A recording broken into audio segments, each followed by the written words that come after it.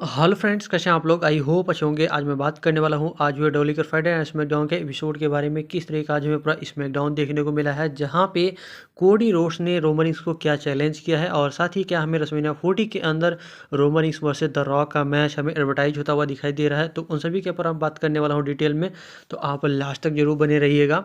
तो देखा जाए दोस्तों, अगर आपको डब्ल्यूडब्ल्यूई इन्फॉर्मेशन वीडियो देखना पसंद है तो आप मेरे चैनल रसलिंग और गॉसिप को सब्सक्राइब, साथ ही बेल आइकन को दबा लें, जिससे डब्ल्यूडब्ल्यूई जो भी नई वीडियो है वो आपके पास तक जरूर पहुँचे। तो देखा जाए दोस्तों, जो हमें शो का स्टार्टिंग देखने को मिलता है वो सबसे पहले यूएस चैंपियन लोगन पॉल के साथ देखने को मिलता है। लोगन पॉल शो को स्टार्ट करते हैं और एक तरीके से रिंग्स में आने के बाद एक तरीके से बताते हैं किस तरीके से भाई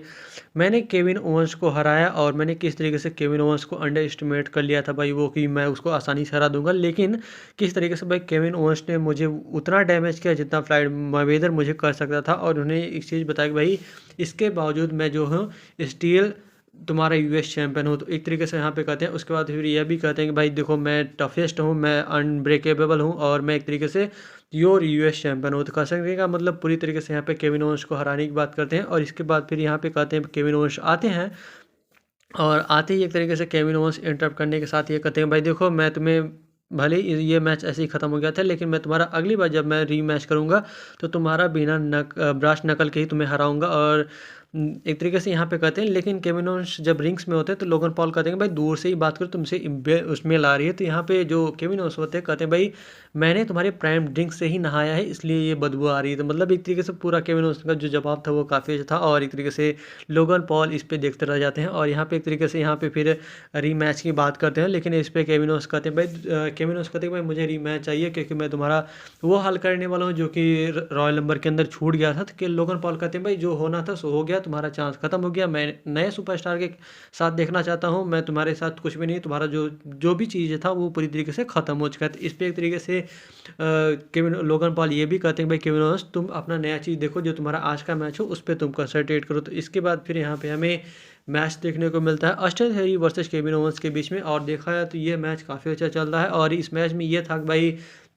लोगन पॉल खुद एक तरीके से जो ब्रास नकल होता है उसको एक तरीके से रिंग्स में ले आते हैं, और एक तरीके से केविन ओवंस के सामने ही वो ऑस्टिन थ्योरी को थमाते हैं, जहाँ पे ग्रेशन वालर भी इंटरफेरेंस करते हैं। लेकिन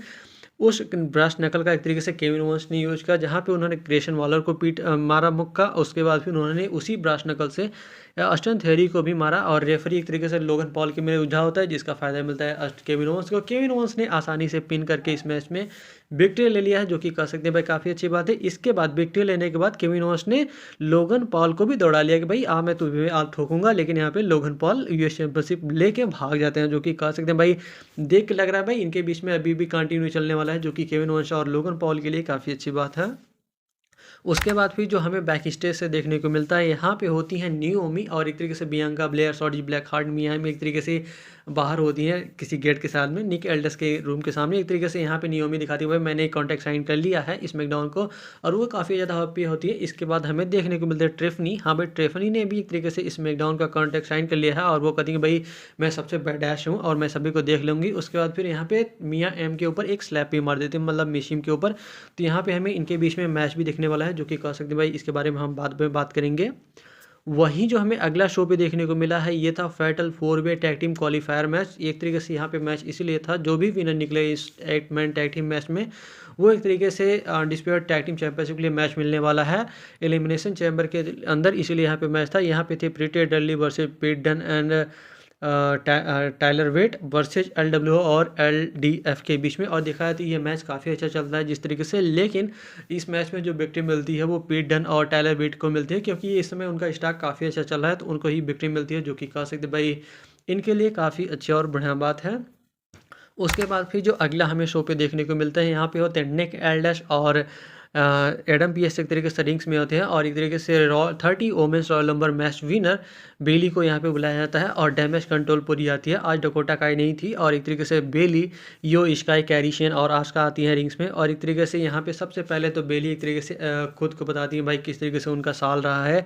और रॉयल नंबर जीतने पे वो काफ़ी ज़्यादा खुश भी होती हैं, और एक तरीके से कहती हैं भाई मैं किस तरीके से सबसे बेस्ट ओमेन को एक तरीके से चैलेंज करना चाहती हूँ। लेकिन इसके बाद फिर वो कहती हैं भाई मैं चैलेंज करने के पहले मैं कुछ और भी बात करना चाहती हूँ। इसके बाद फिर बेली एक तरीके से कहना चालू कर देती हैं भाई अपने फैक्शन के बारे में कि मैंने किस तरीके से डैमेज कंट्रोल को बनाया। उसके बाद फिर ये डैमेज कंट्रोल बेस्ट फैक्शन है ऑल टाइम डब्ल्यू के हिस्ट्री के अंदर एक तरीके से। इसके बाद फिर कहते हैं कि भाई मैं तुम लोगों को अपना फ्रेंड्स मानती थी, कैरी शेन वगैरह को, इयो स्काई और इन सभी को, एक तरीके डकोटा काई वगैरह को, लेकिन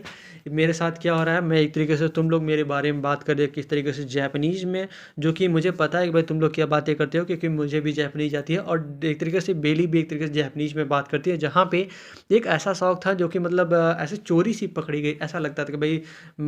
तुम लोग मुझे बात कर रहे हो, मुझे नहीं समझ रहा, लेकिन मुझे सब पता है। तो वो वाला यहाँ पे था और कह सकते हैं भाई काफ़ी अच्छी बात थी। इसके बाद फिर यहाँ पे बेली एक तरीके से पहले तो उन लोगों से कहती कि भाई तुम लोग मेरे फ्रेंड्स वगैरह नहीं हो, लेकिन यहाँ पे जब ईओ स्काई से पूछते हैं कि भाई ईओ स्काई क्या हुआ, जब हमने एक तरीके से स्टार्ट किया था डैमेज कंट्रोल को, तो तुम कहाँ थी, देखो अब हम नहीं है। लेकिन इस पे एक तरीके से कैरी शेन और आशका ने एक तरीके से पीछे से अटैक किया, तो इस पे एक तरीके से तीनों मिलकर यहाँ पे अटैक करते हैं बेली के ऊपर। आज फाइनली जो डैमेज कंट्रोल था वो ब्रेक हो गया है और ये हमें देख के काफ़ी लगा भाई बेली का जिस तरीके से धुलाई हो रही थी स्टार्टिंग में, और बेली एक तरीके से रिंग्स में जाके, मतलब रिंग्स के साइड में जाके वो जो स्टील होता है उसी के तरीके से यहाँ पे स्टील पोल भी निकालती है। उसके बाद फिर वो रिंग्स में जाके यहाँ पे आशका और कैरी शेन के ऊपर अटैक करती हैं रिंग स्टील पोल से, और उनको भागना पड़ता है। इसके बाद फिर यहाँ पे ईओ इसका एक तरीके से बेल्ट से मारने जा रहे थे, तो बेली एक तरीके से स्टील पोल लेके खड़ी होती, मतलब इन दोनों के बीच में फेस ऑफ जो देखने को मिला काफ़ी अच्छा था। इसके बाद फिर यहाँ पे दोनों एक दूसरे को देख रहे हैं, कुछ हो नहीं रहा है। उसके बाद फिर ईओ स्काई को रिंग छोड़ के जाना पड़ता जाता है, और यहाँ पे जो बेली होती है वो कहती है भाई मैं जो रेसलमेनिया 40 के अंदर देखने वाली हूँ वो ईओ स्काई होने वाली है। हाँ भाई, उन्होंने ईओ स्काई को रेसलमेनिया 40 का अपना अपोनेंट चुना है, जो कि कह सकते हैं भाई यहाँ से जो रिएक्शन बेली को मिल रहा है वो काफ़ी अच्छा था, और बेली के लिए जो सपोर्ट है वो इस समय पूरा स्मैकडाउन पे देखने को मिला, जो कि कह सकते हैं भाई बेली के लिए काफ़ी अच्छी और बढ़िया बात है। वहीं जो हमें अगला शो पे देखने को मिला है ये था 6 मैन टैग टीम मैच, जहाँ पे होते हैं the final testament versus Bobby Lashley and street profit के बीच में। ये मैच स्टार्ट हुआ, उसके बीच में ये आपस में लड़ रहे हैं, और लड़ते लड़ते एक मोमेंट ऐसा भी होता है किस तरीके से भाई बॉबी लेस्ली के ऊपर जो होते हैं सॉलिड बोल्डर एक तरीके से अटैक कर देती हैं, जिसके बाद यहाँ पे बी फैब आती हैं। बी फैब एक तरीके से अटैक किया सॉलिड बोल्डर के ऊपर, जिसके बाद फिर यहाँ पे पावर बम देखा, उसके बाद फिर हर्ट लैग देखा, हर्ट लैग के बाद स्पीयर देखा, इसके बाद फिर यहाँ पे द फाइनल टेस्टामेंट को भागना पड़ता है। मतलब यहाँ पे इन दोनों इनके बीच में जो मैच चला है, मैच तो ऐसे ही खत्म हो गया था, और एक तरीके से कह सकते हैं भाई जो इनके बीच में अभी बिल्डअप चल रहा है वो काफ़ी अच्छा है। बस ये थोड़ी सी मुझे देख लगा फाइनल टेस्टामेंट भाग क्यों नहीं, उसको एक तरीके से एक डार्क कैरेक्टर देना चाहिए, लेकिन यहाँ पे डब्ल्यू का कुछ ही अलग ही चल रहा है, तो क्या कर सकते हैं। लेकिन फाइनली बी फैब डब्ल्यू के बॉबी लेस्ली और स्ट्रीट प्रॉफिट को ज्वाइन कर लिया, जो कि उनके लिए काफ़ी अच्छी बात है।